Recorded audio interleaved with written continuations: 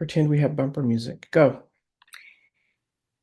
Hi, guys. Today is the very first Cognitive Grace podcast. We are going to chat with Danny Lane today um, so that he can explain why Cognitive Grace, what is his background, and what is his dream and vision for Cognitive Grace.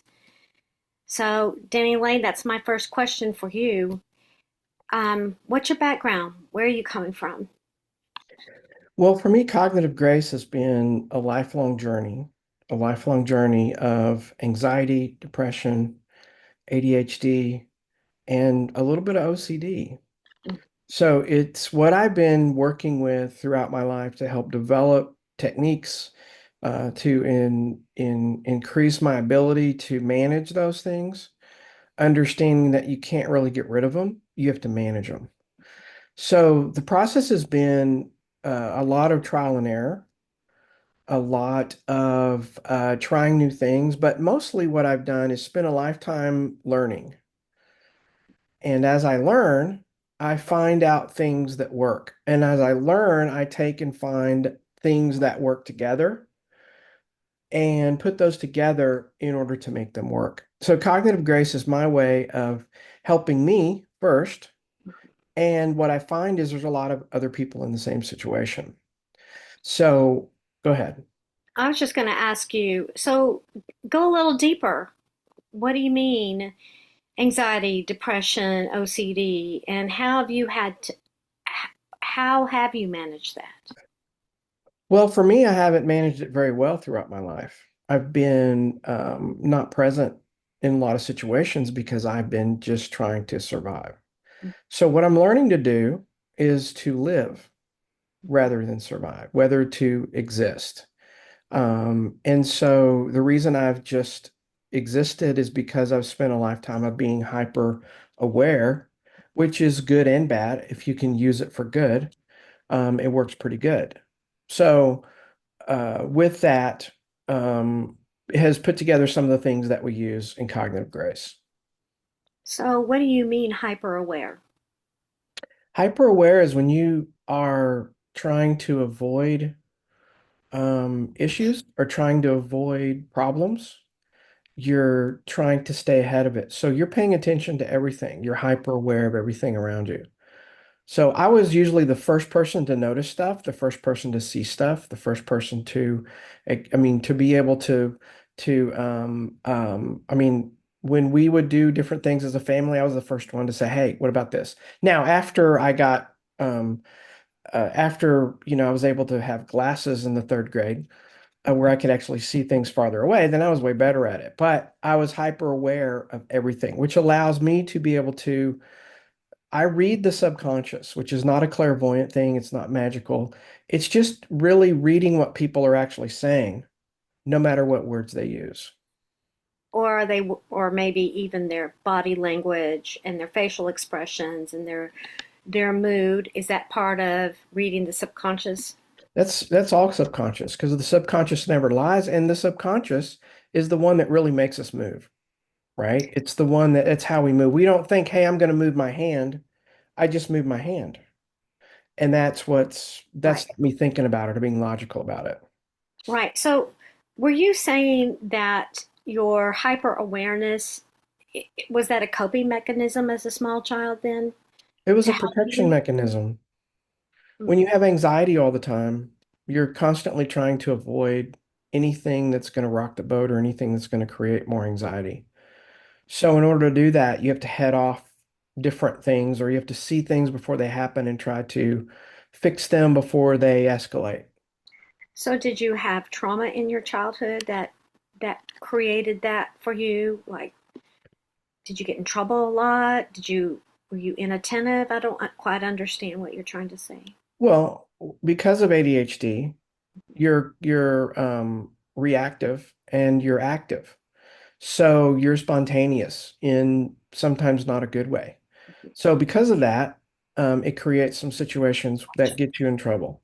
So just me being aware isn't enough to keep my um, ADHD from popping up. I've just had to learn through the Impulsivity. year. Yes. Mhm. I've just had to learn through the years how to do that. And the and mind zones and some of the things that we teach at Cognitive Grace helps us to do that. Okay. Okay, so why cognitive grace? We kind of get the background now and understand, but what's the dream? What's the vision? What's the passion? Well, Cognitive Grace is embracing your peace of mind. And it's really about it's putting tools in place and setting some coping skills that will help you to be able to have peace of mind. One of the most important things you can do is is that somebody? Is It's that my okay. back there, somebody? Keep going. Okay. Because we can edit stuff out, we can stop and come That was back. an incoming unknown call. Oh, okay. Well, that makes it better. So, um, so what was your question? So, what is your passion and dream and vision for cognitive grace? Well, the dream for me is to try to help every person that I come in contact with to be able to move past some of the things that hold them steady or hold them in a stuck position that keeps them from living. So for me, because of the pain that I have felt, I don't want others to feel the same pain. So anybody that I can help, anybody that I can uh, give tools or give abilities to do, that's what I want to do because I want to make the world a better place. And that's basically what Cognitive Grace is all doing because the people that we both work with suffer from a number of issues, suffer from a number of things, and they just need coping mechanisms to get through the day. Right. It's And really then, about mitigating, not right. And I think, isn't that the hope of all of what cognitive grace is that the broken parts of our lives, the pieces that have been a struggle for us, those things can be utilized to bring healing to others. And that's part of the grace, isn't it? it's true. It's true. And the more grace that we have, the less likely for trauma or hurt because we understand those situations and we're not giving it more power than it deserves. Right, Seeing it for the moment that it is and not empowering it to be more to right. do damage. So the name, cognitive grace, explain it. Well, it's real simple. Cognitive is how you think, Mhm. and grace is that of just a balance. Just it's like a harbor where you go and find peace. Grace is peace. So if I can find peace in my mind, like embracing your peace, Mhm. finding your peace of mind, then I can have a moment of a moment of feeling better, a moment that helps me to get to the next moment. Right, right. Well, when I think of the word grace, I think about that there's understanding and there is room for mistakes. There's No room for judgment, imperfection, no judgment. right? And in that grace, whether you're giving it to yourself or you're giving it to someone else, that's where that peace comes from is knowing, you know what, no wonder I've struggled in this arena. These things have been hard for me. I understand. And then taking whatever you can from that and growing and getting better. Yeah. To me, that's a lot of it too. No, it's true. And that's what's really important to understand that we don't is that when we do provide grace to ourselves, we're actually helping us to be better because Right, we're not we're not suffering through it because we don't need to suffer through it. A lot of times we punish ourselves because we think, number one, if we punish ourselves, it's how we make ourselves right. better because that's what works, but it doesn't. That's Mm-mm. proven, documented, researched. Yeah. The other thing is we think that we don't deserve that.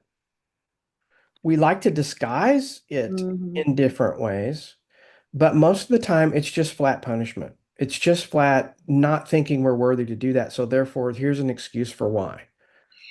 And to add to that, I also believe that a lot of people um, find a comfortableness in misery because they know it, they understand it, they have a cycle, they have a pattern, and it takes effort to break cycles. It Yeah. takes effort to change pattern thinking. But I think that's one of the misnomers about a lot of people when they start thinking if they want to get better or if they want healing is it's like it's too hard. They don't want to dig in. But what we're doing is not digging in deep. What we do is kind of look at whatever is floating to the top, right? And we work with whatever your mind is bringing up, whether that's in, um, compulsive thinking where you're cycling and circling and you can't sleep at night and the same things keep coming back into your world over and over again. We give people tools that can help them break those types of cycles. We don't want to dig in and re-traumatize anyone, but we can give tools that can make people live their life better right now without um, undoing everything.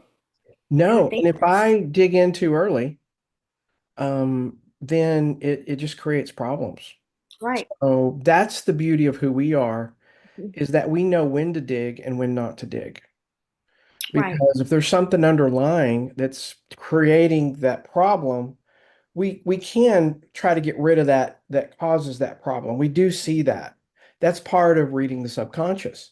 Because if I try to hide something, it creates more of a red flag that I'm able to see. When somebody's trying to hide something, change it, or lie to themselves because they use right. different labels, it's really about helping them relabel. If I can help you relabel to what it really is, then it may not look as glamorous as you've made it, and it Yeah, looks and also it may look easier right. if I learn to Uh, do that.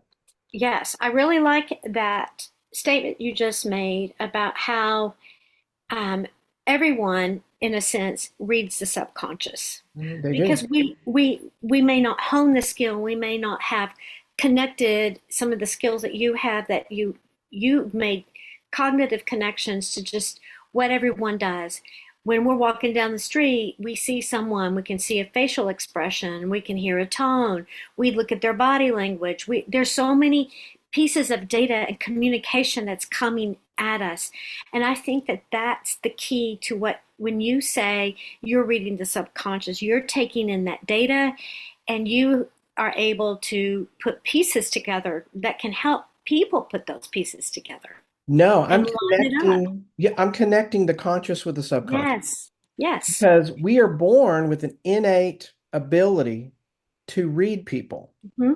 And we're constantly surveying as people are walking towards us. Are they happy? Are they sad? Are Yes, they a threat?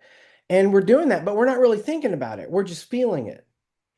So exactly. feelings are what emotions and feelings are what really drives Hmm. the bus.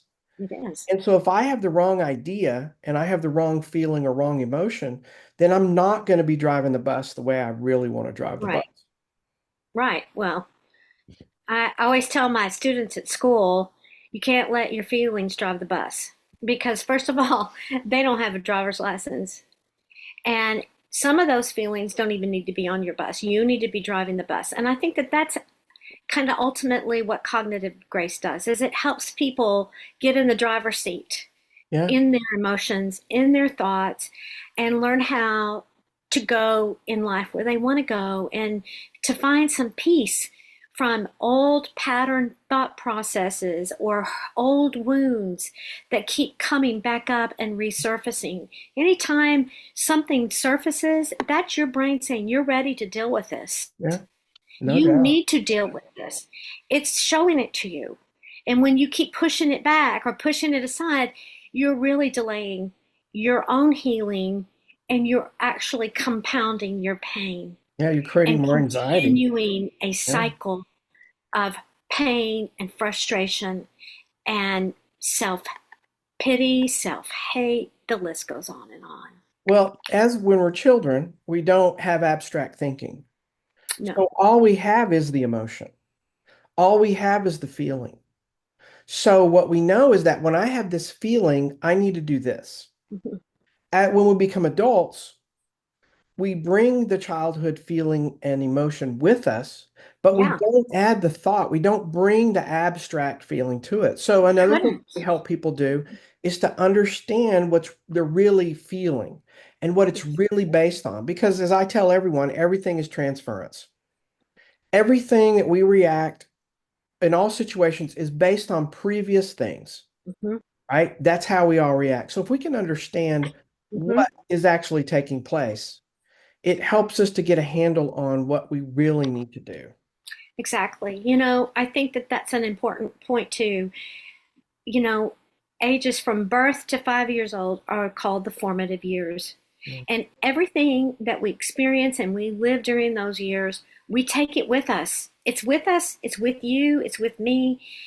And I And we think that bring mostly emotion and exactly, feeling. right? We don't have an abstract. No.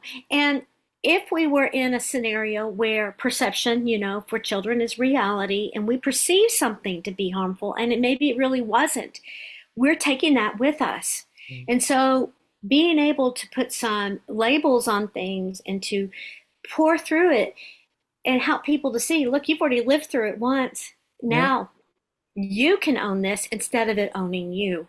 It's Well, and a huge. lot of times they already have the skill set. Yes. Because we say, well, don't you do this? And they Mm-hmm. say, well, yeah. Well, isn't it the same thing? And they Mm-hmm. go, oh, yeah. Oh, well, then you can do that because you already Mm-hmm. do it. You've already shown you already have the skill. You just need to label it differently, put it in that category, and then be able to do that. And make connections. Yeah. Exactly. Make the connection so the next time you don't get off track from it. It becomes more automated. That's why I'm moving things more to the subconscious. We can automate things that we really don't need. We can help automate them properly, Right. right? Like when we had that emotion or that reaction, we Mm-hmm. asked the thing. And so what I like to tell a lot of people about how the brain works is it's an emotional brain, it uses emotion. It's like if I touch the stove, I don't touch the stove and go, oh, it's hot. I should probably move my finger. You don't think about that. You Mm-mm. touch it, you get the somatic, which is important. Somatic is super important. Mm-hmm. I feel the pain. My brain says that that's fear. Boom, move your finger. Then after that, I go, oh, I probably shouldn't touch that because it's hot. Right. The So thinking comes anything, last. exactly. So Yes. anything I can move to the subconscious or have a healthier view of the subconscious, Yes. in that, the less likely I am to do things that I'm caught off guard with or to Right. react.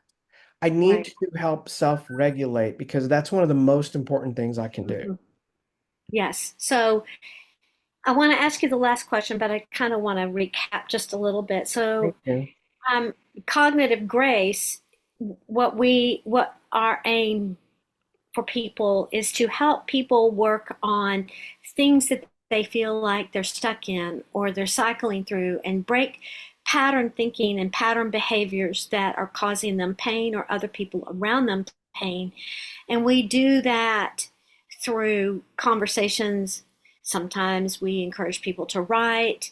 There's a number of things that we do because I'm not a therapist. I'm a mentor. I'm a life coach. You have all the degrees, I do not. But I have a lot of experience and understanding about how to process out. And with Cognitive Grace, we are just teaching people how to connect the thinking to the emotion and to learn to create new pathways in their brain that can give them freedom. Great. So, the last question I have for you is what is your dream of cognitive grace in the future? The dream is to, and it's a wide dream, but the dream is to help as many people as we can to live, to help as many to give tools to as many people as we can in order for them to live, not to keep existing, but to live. Right. And that can look like individual conversations. It can also look like you've done in the past, where you've gone to different businesses and you've worked with CEOs and HR and help people work with their staff and their employees and do professional development and give them some training on some stress management and anxiety, that kind of thing, so that looks different depending on the needs of the individual or the organization. Yeah, it's all custom based on what the need is.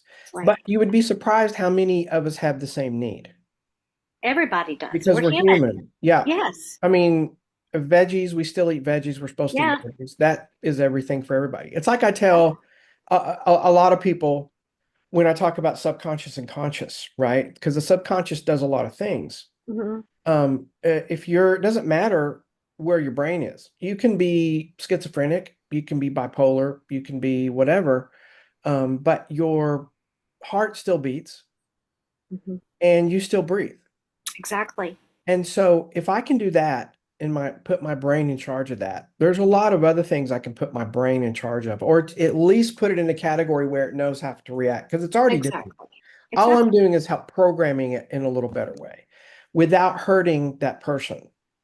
I think Right. that's the key. I don't have to dig Yes. in. No. We just have to give them the tools that they Mhm. need to process or to move past or to embrace it in a way Right. that helps them live. And I think that's the most important thing. Well, one thing I've heard you say over and over again is that you relabel and empower. Mhm. And isn't that really what it is? It's It is. relabeling things so that people can cope with it. Sometimes we have the wrong label on something, and all we need is to see it in a different light with a Yeah. different lens. And freedom comes It does by because we can't go understanding. back. Once we build Oh, those synapses, I'm a testament. I'm yeah, a it doesn't testament. go back. Yeah, it's That's amazing. that's the beauty of it. And I Yeah. love the light bulb moments. Those are my favorite things.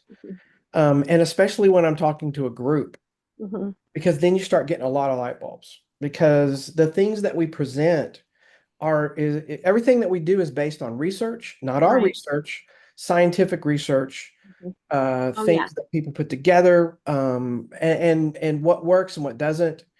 How, most of the things that we do are based on therapeutic methodologies, Right. CBT, DBT, Hmm. REBT, and All the and fancy words. well, they're not fancy at all. They're really interesting, intricate things about how the brain works, using how the brain works and resetting that. The thing that Right. we do a little different is that we try to take those things and make it easier. So Right. it's not big words.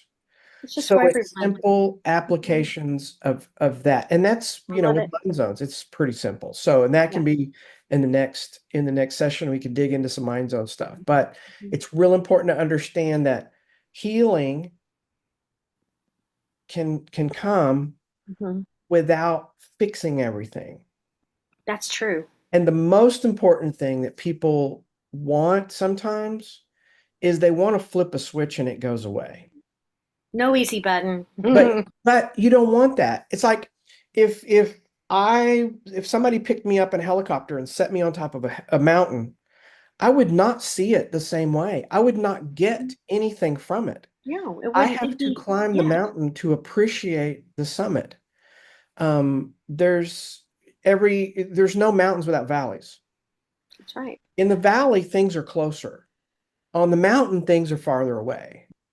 So I have to learn to see things closer before I can really appreciate things far away. And that's another thing that we help them not to be afraid of the valley Right. because it helps them appreciate the mountaintop. That's right. Okay.